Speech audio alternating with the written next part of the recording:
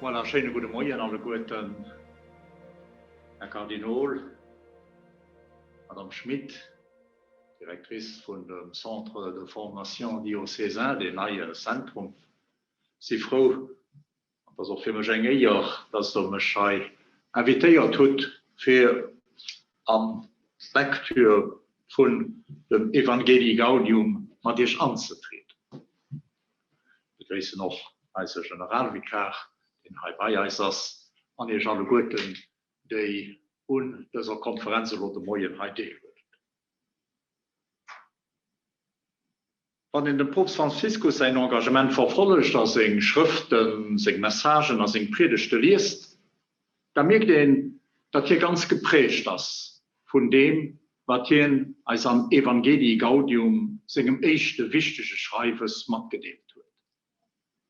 Evangelii Gaudium als die Exhortation postsynodal von der Bischofssynod von 2012, die der Papst Benedikt XVI. Nach angerufen hat zum Thema neue Evangelisation und Transmission vom Glauben.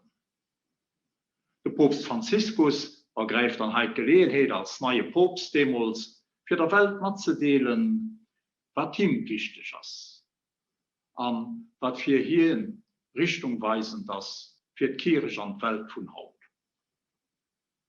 Die zwei Erstwörter vom Text, die oder noch den Titel vom Schreibens gehen, drücken das am Anfang wunderbar aus.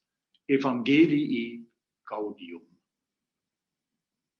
Das ist nicht leicht, oder so an einen anderen Spruch zu übersetzen. Wir fanden die Freude des Evangeliums oder la joie de l'Evangile oder the joy of the Gospel. Ich kenne aber keine Übersetzung, die der lateinischen Treibliebe wird. Am lateinischen Titel wird nämlich für dich Evangelium genannt. Evangelii Gaudium. Und das wird sicher sein Sinn.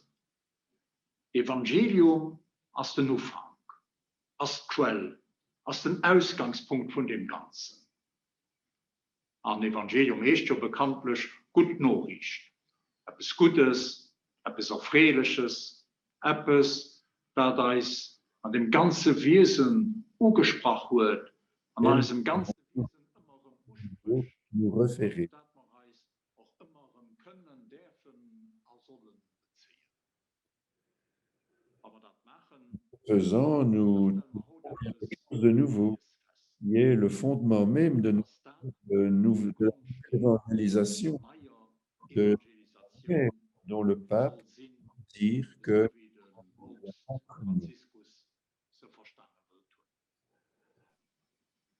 Mais so können da fragen, was ist das dann, das Evangelium, von dem der Papst schwätzt?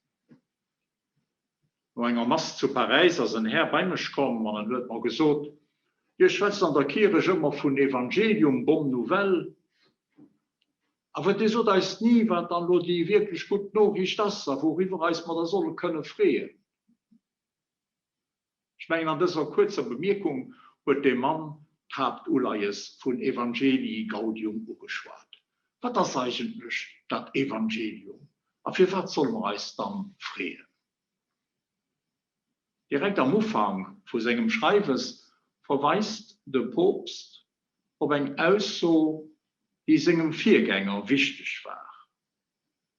Und er schreibt dann, Je ne me lasserai jamais de répéter ces paroles de Benoît XVI qui nous conduisent au cœur de l'Évangile. À l'origine du fait d'être chrétien, il n'y a pas une décision éthique ou une grande idée, mais la rencontre avec un événement, avec une personne qui donne à la vie un nouvel horizon et par là son orientation décisive. Die Zitation von Benedikt XVI. Aus seiner ersten Enzyklika Deus Caritas, erst auf Nummer 7. Das Evangelium wird verstanden als eine persönliche Beziehung mit Jesus. Und der Papst Franziskus, der sieht das dann noch direkt am Anfang von seines Schreibens, dass er uns invitiert, neuen Kontakt mit dem Evangelium, mit Christus aufzuholen. Für ihn ist die Neuevangelisation rencontrer Jésus personnellement. J'invite chacun quelques lieux et situations où il se trouve à renouveler aujourd'hui même la rencontre personnelle avec Jésus-Christ. Was dann daraus für uns entsteht, das ist klar für den Papst. Wenn wir neu mit dem Evangelium, mit Christus Kontakt aufholen, dann entsteht so notgedrungen Gaudium, Fried, das zweite Wort aus dem Titel vom Schreibers, Evangelii Gaudium. Neuen Zugang zum Evangelium, also so Fried fangen. Dazu erfahren, zu merken, zu erleben, das gibt ein Ausgangspunkt von der neuen Evangelisation.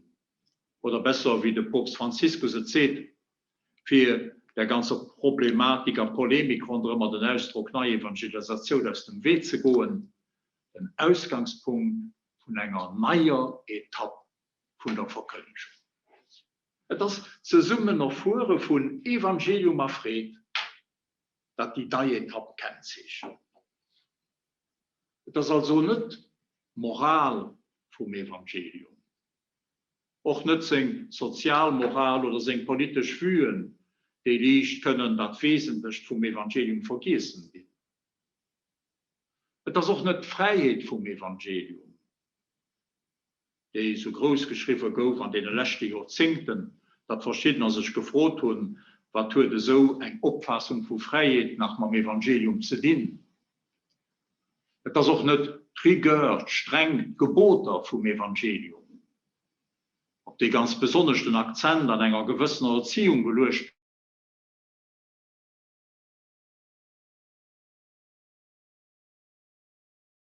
Es sind noch nicht die christlichen Werte, von denen viel geschwärzt wird, wie es geherrscht wird, Europa ein weltanschauliches Fundament zu geben und dann darauf aus dem Verfassungsentwurf herausgestracht wird.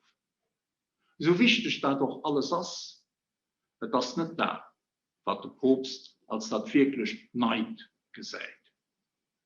Was für Reiszeit haut wichtig ist, das wirklich Neid an dieser neuen Verkündigung, das ist Fried. Fried vom Evangelium. Ich weiß nicht, ob der Papst Franziskus, der französische katholische Philosoph Denis Moreau, Jahrgang 67, Professor der Universität zu Nantes kennt. Den hat 2018 ein Buch herausgegeben mit dem Titel Comment peut-on être catholique? Hier weiß dann, dass Lebensfrohen, der katholische Glauben, auch für die Menschen von heute, ein gut an eine menschliche Antwort kann sein. Und auch ein philosophisch weltanschaulich Antwort kann sein. Un catholique n'est pas nécessairement un imbécile, behauptet. Und den Denis Moreau bezieht sich dann folgende Position, die mit dem Papst seine Analyse übereinstimmt. Ich zitiere: Notre monde sécularisé ne manque pas de morale, mais il manque de joie. Et en cela, le christianisme porte un message d'espérance immense. Fried, das ist also der Schlüsselpunkt für die neue Verkündigung vom Evangelium. Weil an der Fried, da liegt eine immense Hoffnung. Auch eine Hoffnung für den monde sécularisé, des mondes souvent clos sur lui-même. Wir können dann laut Fried vorschreiben und kommandieren. Sicher nicht mehr, wie es läuft. Und dafür ist es wichtig, auf den allerersten Satz von Evangelii Gaudium, den sich für uns anzuhalten. Wo wir lesen, la joie de l'évangile remplit le cœur et toute la vie de ceux qui rencontrent Jésus. Der Papst möchte keine Vorschrift, mehr einfach eine Feststellung. Fried erfüllt das Herz und das ganze Leben, wenn wir Kontakt mit dem Evangelium, mit Jesus aufnehmen.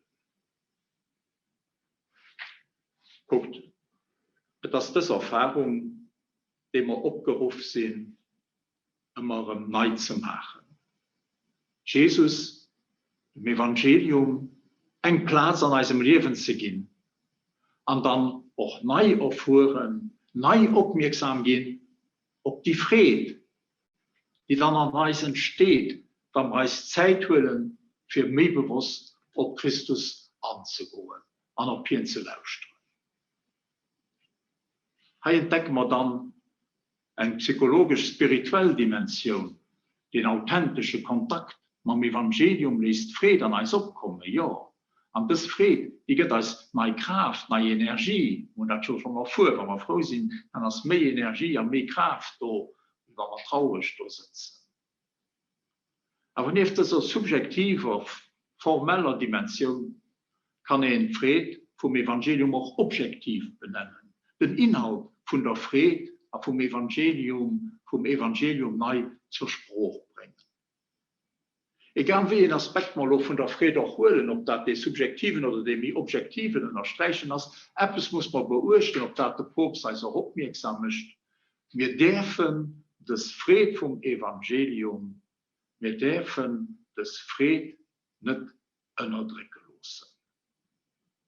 Wir dürfen nicht einfach die Friede auf Zeit stellen, die wir am Evangelium vorholen und dann an den Alltag vorgehen.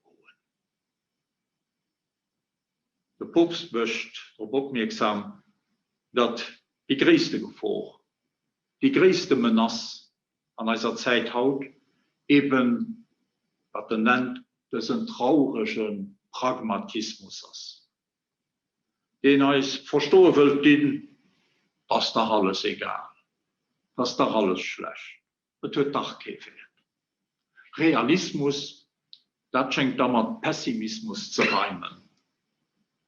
Guck mal, die Umweltzerstörung, der Krieg, Flüchtlinge, die Unterdrückung, der Missbrauch, die Ausbeutung.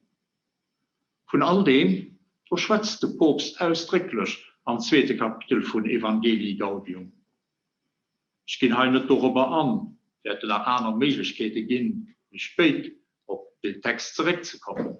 Ich will aber Punkt unterstreichen, den der Papst ganz besonders um Herz legt. Die Neusklaverei, wo der Mensch am Anfang zum Auffall gemäht wird. Aber wie der Papst es beeindruckend beschreibt, wo man einer Kultur du Déchet, einer Wegwerfkultur am Anfang einzugehen.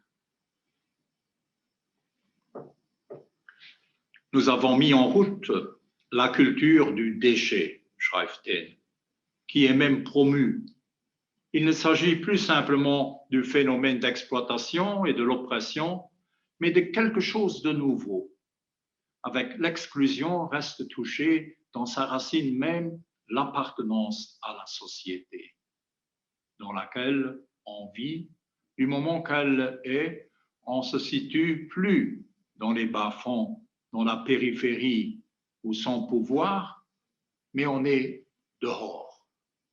Les exclus ne sont pas des exploités, mais des déchets, des restes. Viele Menschen sind mal nicht mehr vom Rand und der Peripherie von unserer Gesellschaft, mais sie sind carrément da draußen, Dreck, überwäscht. Gegen so eine Kultur du Déchet umzukämpfen, möchte der großen Teil vom Papst seinem Engagement aus. Und hier warnt uns, dass all das schlecht, das es leider an unserer Welt gibt, als nicht an der Dynamik von einer Grabespsychologie, die feiern, mit Christen, und Christen so an ein Museumsmumien transformieren, und heute die beeindruckende Formulation just vom Papst, la psychologie de la tombe qui transforme peu à peu les chrétiens en momies de musée, déçus par la réalité, déçus par l'Église, déçus par eux-mêmes, ils vivent la tentation constante de s'attacher à une tristesse douceâtre, sans espérance, qui envahit leur cœur comme le plus précieux des élixirs du démon.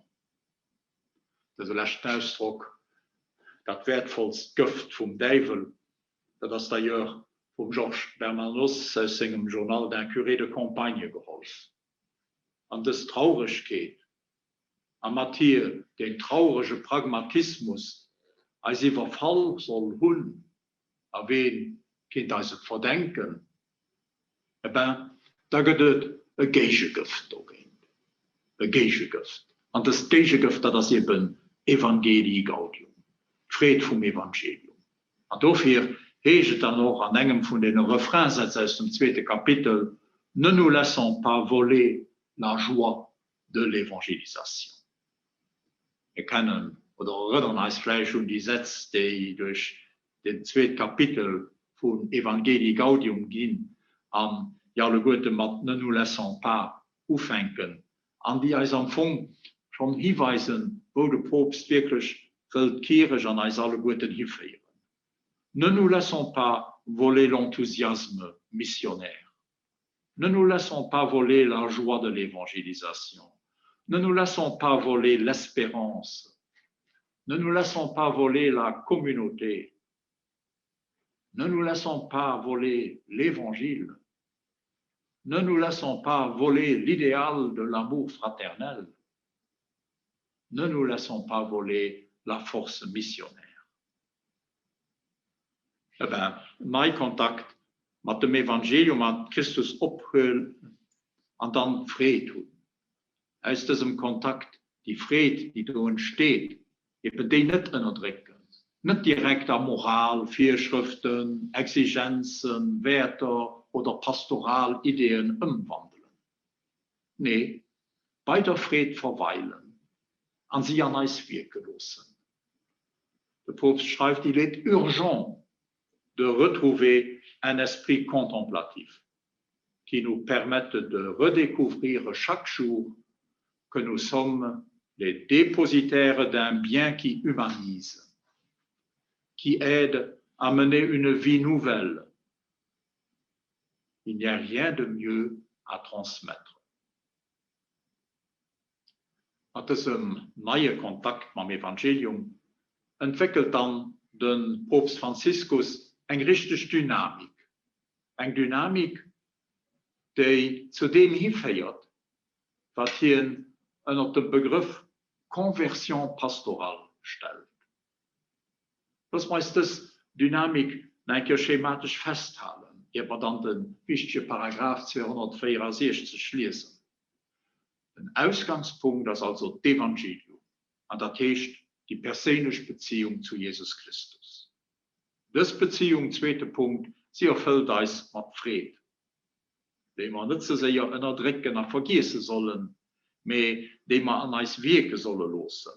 Retrouver l'esprit contemplatif, für das man nicht so einer allgemeiner Grabespsychologie frönen. Also bei der Frieden verweilen, und so besser und noch mit tief begreifen, was man durch Begegnung mit Jesus Christus, mit dem Evangelium, wirklich geschenkt wurde. Aber da geht die Dynamik weiter. Wir können die Frieden nicht einfach verstoppen. Wir können sie nicht einfach für Eis behalten. Also, da sind ich aber froh, dass ich das Evangelium habe. Wir gehen sozusagen von der Frieden vom Evangelium gedrungen, Verkündiger, Missionaren zu gehen. Wenn wir Freunde von Jesus sind, wenn wir das vom Herrgott zu uns Menschen wirklich erfahren, wenn wir merken, wie es ganz am Anfang von Evangelii Gaudium heißt, dass wir frei sind von der Sünde, von der Traurigkeit, von dem inneren Wied, von der Isolation. Anders ausgedrückt, wenn wir erfahren, dass Christus uns erlöst hat, eh bien, dann merken wir, dass wir etwas geschenkt haben, das uns mir menschlich macht. Und dass wir dafür die Menschen müssen weitergehen, für sie auf ihrem Lebensweg zu unterstützen. Wir sind nicht Disciples de Jésus et quelques-uns peut-être missionnaires. Nee, wir sind Disciples missionnaires, sagt uns der Papst. Wie Disciples missionnaires mit Bindestrich. Das Fried vom Evangelium, die zwei Disciples und Missionär so eng zueinander bin, dat sie net een ohne den anderen könne bestoen. Und als Zeichen für das Dynamik geht als der Papst an den Helge Paulus, der auch das Erfahrung vom Evangelium, von der Fried vom Evangelium gemäht wird. L'amour du Christ nous presse. Malheur à moi si je n'annonçais pas l'Évangile. La joie de l'Évangile, dat peut zo la joie de l'évangélisation.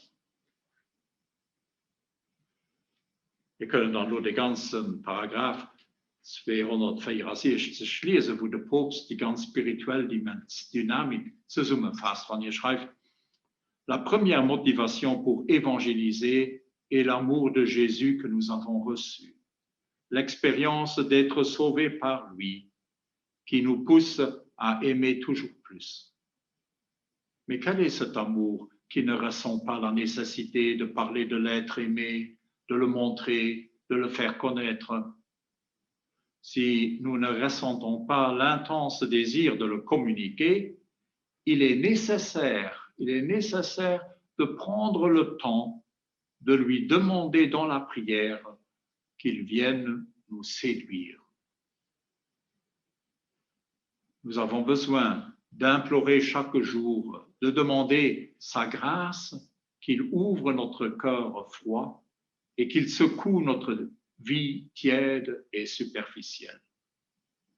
Placés devant lui, le cœur ouvert, nous laissons contempler par lui, nous reconnaissons ce regard d'amour que découvrit Nathanaël le jour où Jésus se fit présent et lui dit « Quand tu étais sous le figuier, je t'ai vu ». Qu'il est doux d'être devant un crucifix ou à genoux devant le Saint-Sacrement et être simplement sous son regard. Quel bien cela nous fait, qu'il vienne toucher notre existence et nous pousse à communiquer sa vie nouvelle. Par conséquent, ce qui arrive en définitive est ce que nous avons vu et entendu, nous l'annonçons. La meilleure motivation pour se décider à communiquer l'Évangile est de le contempler avec amour, de s'attarder en ces pages, de les lire avec le cœur. Si nous l'abordons de cette manière, sa beauté nous surprend et nous séduit chaque fois. Donc, il est urgent de retrouver un esprit contemplatif qui nous permette de redécouvrir chaque jour que nous sommes les dépositaires d'un bien qui humanise, qui aide à mener une vie nouvelle. Il n'y a rien de mieux à transmettre aux autres. Dat is dat wirklich neid, op dat de Papst een accent für als Zeithaut lädt, wenn es um Verkündigung geht. Il est urgent de retrouver un esprit contemplatif. Als Neidzeit holen, für bei Jesus zu verweilen, für als unter Leeft zu freuen, die hier als zukommen ist. Weil sie allein leeft an Frieden, die gibt als die genügend Motivation für als Alltag neu an den Dienst der Verkündigung zu stellen. Anfangen wir die Chance zu Lützeburg mal als Bischof. Als Kardinal wird der schöne Wahlspruch Annunciate verkündigt. Das ist wirklich eine Urgenz für als Gesellschaft an als Welt von heute. Die Welt muss die gute Nachricht hören. Sie muss sie freigehen, für sie zu lauschen.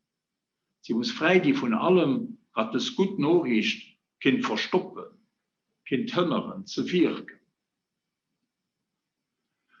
Sie recht für kurzem zurück auf Lützeburg kommen. Mir was ich an der Paare gemerkt habe, die den Kardinal mal aufvertraut wird, dass es viele Menschen gibt, die sich Sorgen machen und Verkündigung. Und die bereit sind, die Zeit an ihre Kompetenz anzusetzen, für dass die gute Nachricht weitergedroht wird. Und das ist für mich selber eine wirklich gute Nachricht. über die ich mich freue. Und so an all denen Benevolen ein großes Merci für das Engagement. Und das so nice, den Hauptamtlichen aus diesem guten Willen Frieden und Energie zu schöpfen, für einen eigenen Auftrag an der Verkündigung können beizutragen. Schon noch etwas Zweites gemerkt.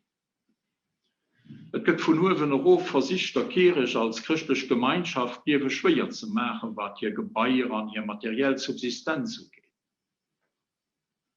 Leute hier Kirche am Dorf wegholen, als ihnen etwas Wesentliches wegholen.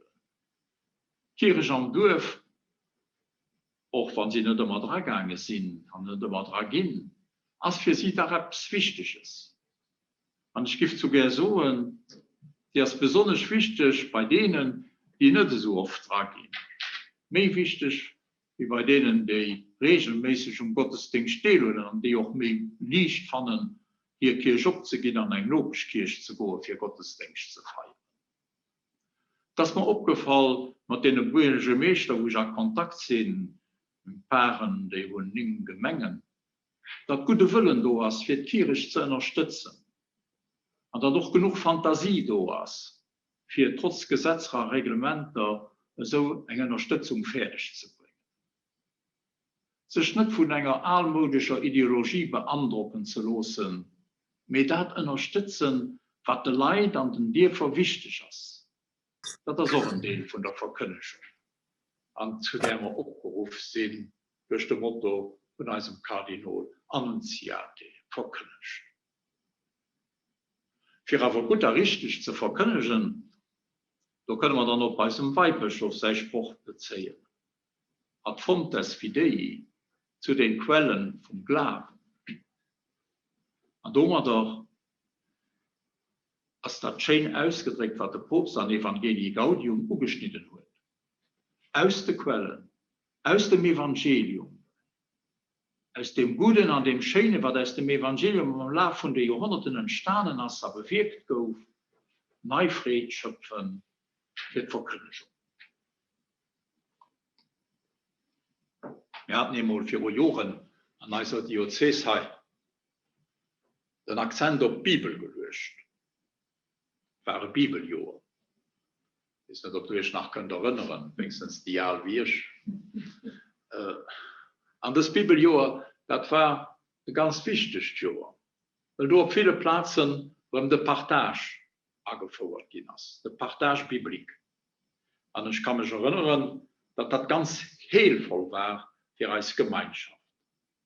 Und es bestehen heute noch Gruppen, die Demos gegründet wurden. Zurück zu den Quellen, ad fontes fidei. Es bleibt noch ein dritten Bischofsspruch, der von einem alten Bischof und unum sind. Auf den kann es an der neuen Evangelisation begleiten. Ein Sinn oder den anderen will man auch mit den verschiedenen Ideen, die wir haben, an den verschiedenen Methoden, doch all versichern und der Verkündigung von dem engen Evangelium zu schaffen. Und so das Evangelium Christus als Einheit kennen und dürfen erkennen. Das ist mit der Friede und Vielfalt von der Verkündigung, können wir also den Akzent durchüberlegen. Und dazu schreibt dann auch der Papst an Evangelii Gaudium: Les différences entre les personnes et les communautés sont parfois inconfortables. Lästig, kann das auf Deutsch hier sagen. Verschiedenheiten sind heißt so lästig. Mais l'Esprit Saint qui suscite cette diversité peut tirer de tout quelque chose de bon et le transformer en un dynamisme évangélisateur. Le message que nous annonçons a toujours, c'était pour une place, un revêtement culturel. Mais parfois dans l'Église, nous tombons dans une sacralisation vaniteuse de la propre culture, avec laquelle nous pouvons manifester plus de fanatisme qu'une authentique ferveur évangélisatrice. Das ist ein ganz wichtiger Punkt, der Problematik von der Kultur und der Tradition angeschaut gehen. Von der Verkündigung aus geguckt, sind die natürlich wichtig, aber wir können sie mit dem Evangelium mit Führung gehen, solange wie das Evangelium dadurch aufnahme. Da können wir aber auch, und da müssen wir aber auch mit dem Evangelium andere Kulturen, an anderen Gesellschaften gefördert gehen. Und unumsinn bleibt so immer auch eine wesentliche Dimension für die Verkündigung. Und sie finden eine Stärkung daran, dass wir zu der Quelle vom Glauben zurückgehen, und nicht an als eigene Kultur, als eigen Denken, als eigene Pastoralvorstellungen, als die einzig richtig wollen dahinter stellen, die einzig, die dem Evangelium getreu wären. Das sind 3 Wahlsprüche von unseren Bischöfen, kommen am Anfang die guten Aspekte zum Vorschein von der neuen Evangelisation.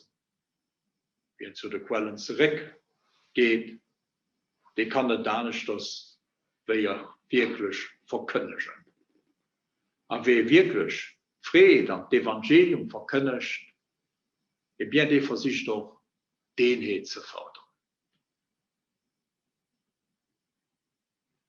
Frieden vom Evangelium, ich kann ihn nicht einfach für sich behalten.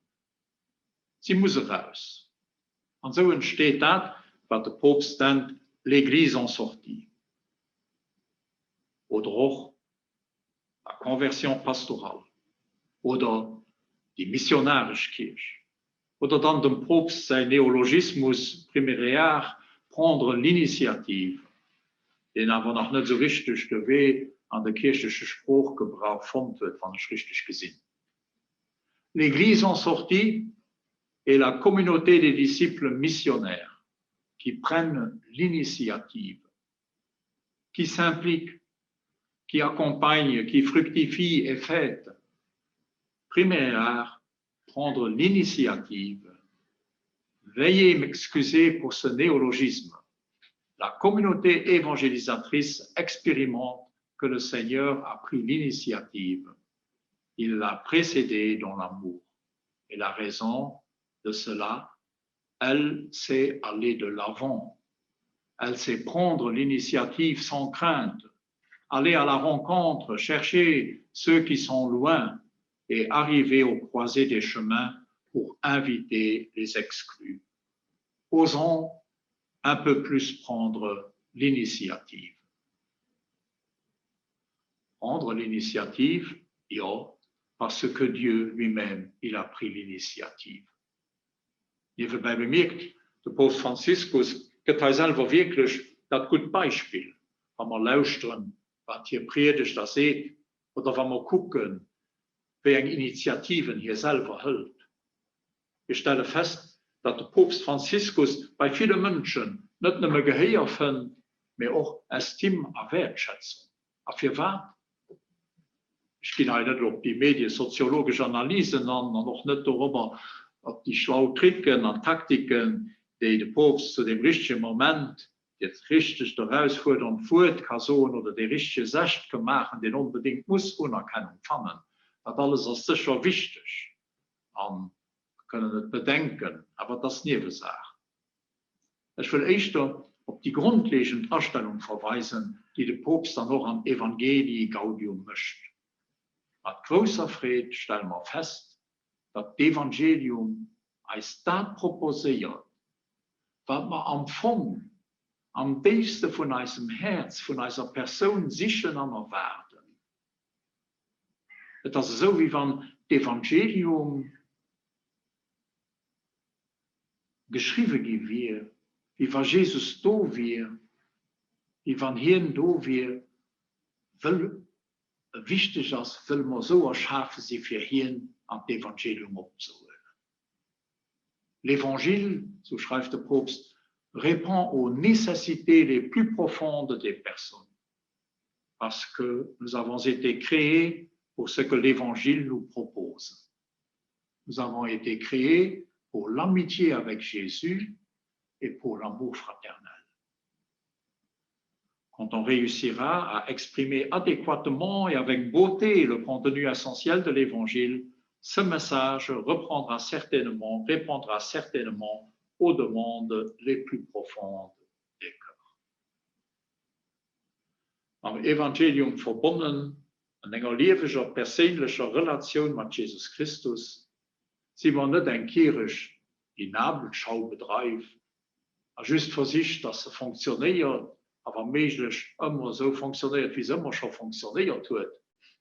Nein, mit der Friede vom Evangelium, die wir notgedrungen, oder besser, gestreift vor Christus gedrungen, herauszugehen, Église en sortie zu sein.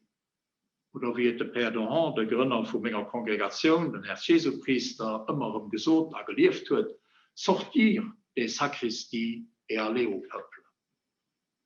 Papst Franziskus, der sieht das dann noch so an seinem Evangelii Gaudium. Il est nécessaire de passer d'une pastorale de simple conservation à une pastorale vraiment missionnaire.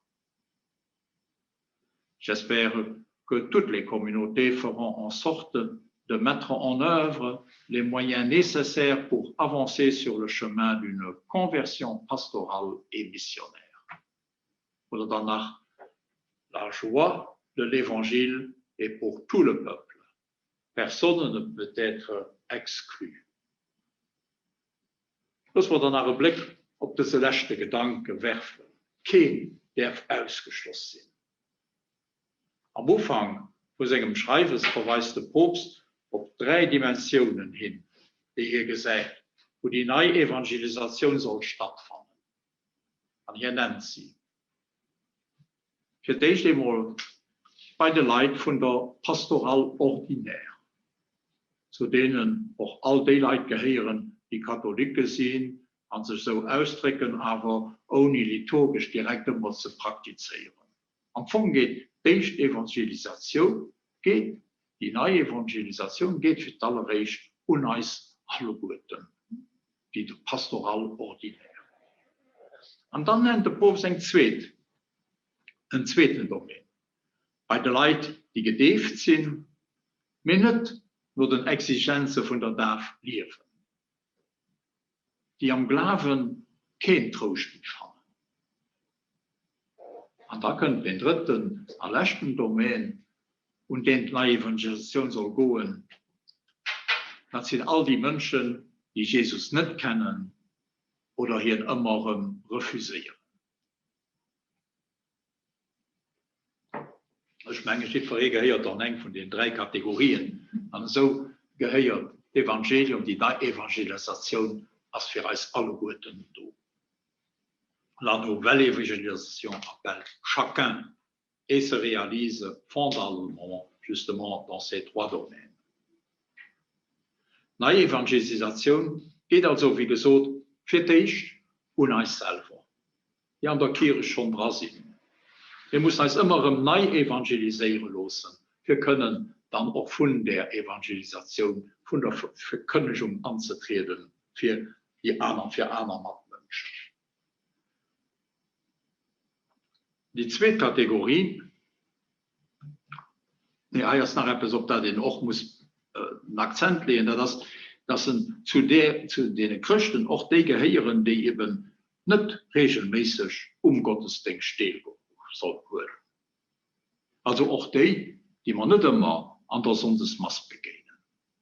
Ich erinnere mich an ein Wiesefest, ob da ich als Pastor hingegangen bin. Und da kommt dann ein Mann auf mich zu und wird mir gesagt, Herr Pastor, der sieht mich nicht oft an der Kirche. Mir immer, wenn etwas gegen dich oder gegen die Kirche gesagt wird, da stehe ich auf ihrer Seite. Ja, da haben wir Menschen, denen gilt auch die neue Evangelisation, will man sie da begegnen. Die nächste Gruppe, also die allgemein pastoral, neu evangelisiert geht. Die zweite Gruppe, des personnes baptisées qui pourtant ne vivent pas les exigences du baptême. Wir verstehen, was hier gemeint ist. Die Exigences du baptême, und mit ganz vielen Menschen zu dienen, die auf schon zu gedämpft sind, eben nicht mehr dem Bild von der Familie, von den Vorstellungen von der Kirche sprechen, die nicht mit Trost am Evangelium an der Lehre von der Kirche fangen. Familie aus dem Propst d'ailleurs ein großes Uleis gehen. An die erste Bischofssynode, die ihn zusammengerufen hat, die hat just als Thema Familie. An Amoris Laetitia, einen anderen großen Text vom Papst Franziskus, Konklusion von der Synode, also ein wichtiger Text, den wir auch bedenken an können mit Verkündigung heran. Bleibt dann den dritten Domaine, die neue Evangelisation. Enfin, remarquons que l'évangélisation est essentiellement liée à la proclamation de l'évangile à ceux qui ne connaissent pas Jésus-Christ ou l'ont toujours refusé. Het war diesen dritten Domain, den der Papst Benoit XVI ganz besonders Herz lag, wie ein Synod über die neue Evangelisation, die uns angerufen hat. Er selber hat schon ganz viel an diesem Domain geschafft, besonders mit den Intellektuellen, am Thema Glauben und Wissen. Der Papst Franziskus hat das Uleis, hat auch leider auch aus seinem Herz. An ihn wird er auf eine andere Manier aufgerufen, diesen Kontakt aufzuholen. Und das geschieht ganz besonders an Laudato Si, wohin darauf hinweist, dass wir alle Guten an einem gemeinsamen Haus wohnen, für das wir auch Verantwortung alle Guten zusammen müssen tragen. Das Evangelium, das kann uns auch da helfen, und dafür ist die Evangelisation auch wichtig, das notwendig gemeinsam zu unterstreichen und zu fördern. Tous ont le droit de recevoir l'Évangile. Les chrétiens ont le devoir de l'annoncer sans exclure personne, non pas comme quelqu'un qui impose un nouveau devoir, mais bien comme quelqu'un qui partage une joie, qui indique un bel horizon, qui offre un banquet désirable. L'Église ne grandit pas par prosélytisme, mais par attraction. Wir hören hier schon Grundthemen raus von der letzten Enzyklika Fratelli Tutti. Wenn der Papst so viel Wert auf Verkündigung legt, dann ist das, weil hier von der Bedeutung und der Wichtigkeit vom Evangelium für die Menschen und für die Menschheit überzeugt ist. Und in diesem Zusammenhang noch ein beeindruckender und wichtiger Satz: Essayer de construire le monde avec son évangile n'est pas la même chose que de le faire seulement par sa propre raison. Nous savons bien qu'avec lui, la vie devient beaucoup plus pleine et avec lui, il est plus facile de trouver un sens à tout.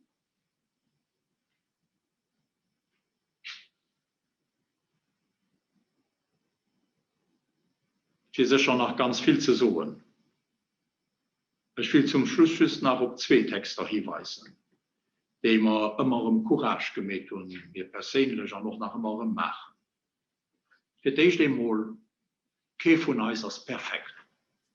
Wir sind alle gut und umweg. Und da muss man uns selber immer von den anderen evangelisieren lassen. So schreibt das der Papst. Assurément, nous sommes tous appelés à grandir comme évangélisateurs. En même temps, employons-nous à une meilleure formation, à un approfondissement de notre amour, à un témoignage plus clair de l'Évangile. En ce sens, nous devons tous accepter que les autres nous évangélisent constamment. Mais cela ne signifie pas que nous devons renoncer à la mission d'évangélisation. Notre imperfection ne doit pas être une excuse. Au contraire, la mission est un stimulant constant pour ne pas s'installer dans la médiocrité et pour continuer à grandir. Non que je sois déjà au but, ni déjà devenu parfait, dit Saint Paul, mais je poursuis ma course, je cours vers le but. Dat gilt für jeden von uns. Keiner ist perfekt, aber wir sind alle im Weg. Aber wir sollen uns auf dem Weg auch immer von Jesus begleiten lassen. Und ganz besonders auch von der Evangelisation von den anderen beeinflussen lassen. Die lauschen. an het herz daarop. Aber nach etwas anderes, der Zweite hat von zwei Sachen geschwärzt. Der Papst weist doch hin, dass die ganze Kirche als Kirche umwehrt. Und er schreibt hier dann den ganz schönen Text, an dem ich dann auch will aufschließen. Sortons. Sortons pour offrir à tous la vie de Jésus-Christ. Je répète ici pour toute l'Église ce que j'ai dit de nombreuses fois aux prêtres et laïcs de Buenos Aires. Je préfère une Église accidentée, blessée et sale pour être sortie par les chemins plutôt qu'une Église malade de la fermeture et du confort de s'accrocher à ses propres sécurités. Je ne veux pas une Église préoccupée d'être le centre et qui finit renfermée dans un enchevêtrement de fixations et de procédures. Si quelque chose doit saintement nous préoccuper et inquiéter notre conscience, c'est que tant de nos frères, vivent sans la force, la lumière et la consolation de l'amitié de Jésus-Christ, sans une communauté de foi qui les accueille, sans un horizon de sens et de vie. Plus que la peur de se tromper, j'espère que nous aime la peur de nous renfermer dans les structures qui nous donnent une fausse protection, dans les normes qui nous transforment en juges implacables, dans les habitudes où nous nous sentons tranquilles alors que dehors, il y a la multitude affamée et Jésus qui nous répète sans cesse: donnez-leur vous-même à manger.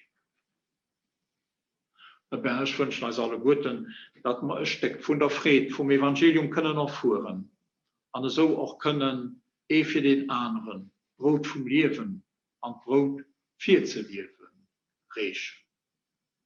Mit Friede am Ding von der Verkündigung sind. Und an dem Sinn gibt es da noch Schlussgebet aus Evangelii Gaudium nach Heifedrohen. An onze Mutter Gottes wenden, Marie, Mère de l'Église. Aide-nous à dire notre oui, dans l'urgence plus que jamais pressante de faire retentir la bonne nouvelle de Jésus.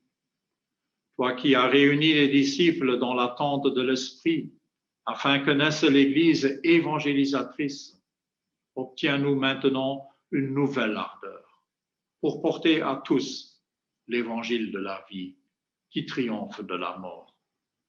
Donne-nous la sainte audace de chercher de nouvelles voies pour que parvienne à tous le don de la beauté qui ne se ternit pas. Toi, Vierge de l'écoute et de la contemplation, intercède pour l'Église, dont tu es l'icône très pure, afin qu'elle ne s'enferme jamais et jamais ne s'arrête dans sa passion pour instaurer le royaume. Étoile de la nouvelle évangélisation, aide-nous à rayonner par le témoignage de la communion, du service, de la foi ardente et généreuse, de la justice et de l'amour pour les pauvres, pour que la joie de l'Évangile parvienne jusqu'aux confins de la terre et qu'aucune périphérie ne soit privée de sa lumière. Mère de l'Évangile vivant, source de joie pour les petits, prie pour nous. Amen.